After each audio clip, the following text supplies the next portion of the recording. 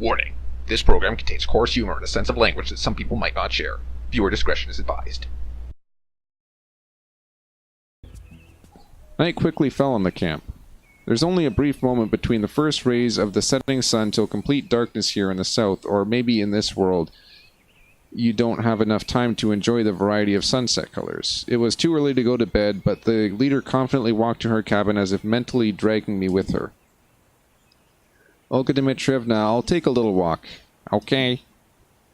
She looked at me intently, but didn't find any reason to object, shrugged her shoulders, and kept walking. I went back to the square. I didn't really want to look closely at the damage done to Genda's statue. It was the exact center of the camp. If you don't know where to go, you should start from there. I sat on a bench and looked west. I wondered if the earth here revolves on its axis as it should, or whatever there was an actual south or north. It's hard to say. At this time, I didn't have any plans on how to check the fundamental laws of nature. Hi. Lena appeared next to me as if from nowhere. Hi. Can't sleep? She looked at me in surprise. Well, yes, it is still early. May I sit? Yeah, of course, sit down. I moved over a little. Saying a little was in fact an understatement. I actually shifted myself to the end of the bench. Thanks. Lena sat down and looked at the sky as if she'd forgotten about me. It's sad. What's sad? The shark disappeared. Yeah, things aren't too good. She was calm as usual, keeping silent most of the time. She blushed and felt embarrassed only when she had to speak or do something. That same silence, which could be seen as awkward by many people, including myself, was quite natural for her. I could hardly imagine Lena making effort to carefully choose the right words or start a conversation or make a good remark, trying to not look stupid, alternatively trying not to look as rude as Alyssa. I just wasn't able to compare her to anyone. She was just content with being herself. Does that mean that my attempts to start a conversation with her could be seen as rude, and that expression, become friends, could be interpreted as an intrusion into her private life? But something in this person attracted me. Maybe it was her mysteriousness, she wasn't lacking appearance of feminine charms. I didn't have any answer for that. But why I still had an openly accused... But why I still hadn't been openly accused of being annoying? I'm sure he'll be found. How can you escape from a submarine? Lena didn't seem to appreciate the joke. This camp must seem like a large submarine only to me. I hope so. Tomorrow Olga Dmitrievna will call the police. They'll find him for sure. And what if during the night? Her expression grew sad. What if something happens to him? Alone at night in the forest, anything could happen. He must be lonely. No one forced him to go there. What if he just got lost? He shouldn't go walking in the forest alone. You don't have any pity for him at all. Shark would be sitting there all alone. Of course I pity him. I felt ashamed. In any case, Lena was right. A person was missing. Anything could happen in the night. We aren't seriously going to search for him now, are we? She didn't reply, still looking somewhere far away, where the last rays of sun shined over the tops of the old trees as if trying to leave a bit of warmth on the people. Do you really think that roaming around in the forest in the dark is a good idea? Probably not. For some reason, I was sure that was exactly what she thought. Recently, I seem to be starting to understand Lena even without words more often. And she seemed to be influencing me psychologically with making me agree with her. Lena's silence was more informative than any chatter or attempts at persuasion.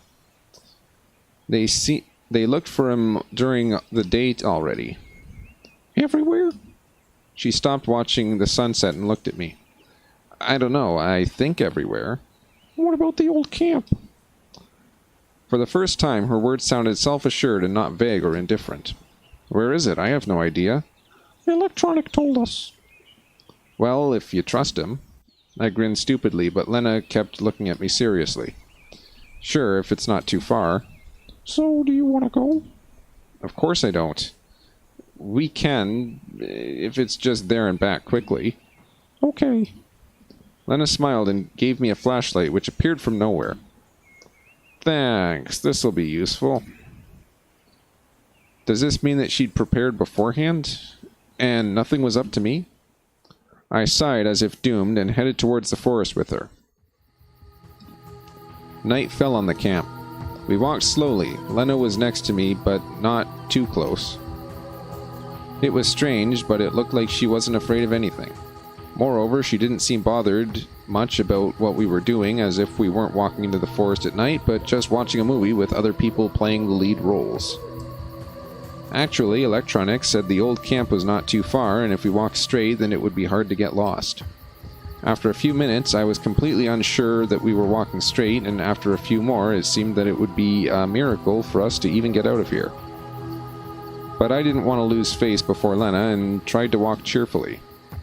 The forest was full of silent, flickering shadows and gleaming moonbeams. The grass quietly rustled under our feet, and the branches rustled over our heads.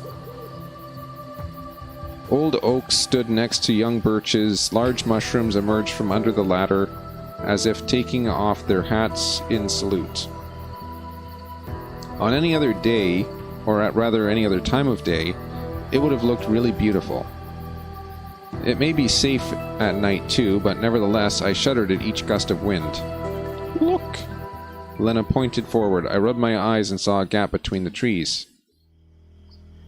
In a minute, we were in a large clearing. In the middle stood a large building which looked like a village or a kindergarten. The paint was falling off the walls. There were several holes in the roof, like the aftermath of a bombing, and the glassless windows looked at us a little sadly and threateningly. It was not a very pleasant sight. I couldn't remember how I'd imagined this place a moment ago, but it was like all the images I'd had erased from my memory, replaced by this depressing graveyard view. Well, it's creepy. Lena was still standing silently, but her natural expression of fright appeared on her face. Do you think he's here? I have no idea. If I were Shurik, then a haunted house would be the last place I'd hide in. Shall we go? I like the music. I didn't manage to answer. The moon appeared from behind the clouds and illuminated the clearing with new colors. Actually, in one color, the white of the grave. I could see more clearly the distant trees, the mist shrouding in them. It felt like the temperature dropped several degrees, making me shiver.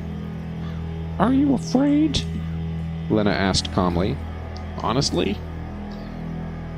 She smiled almost imperceptibly and took my hand. It would have caused a storm of emotions on any other situation, but at this time it just felt like a basic necessity. We slowly walked to the building.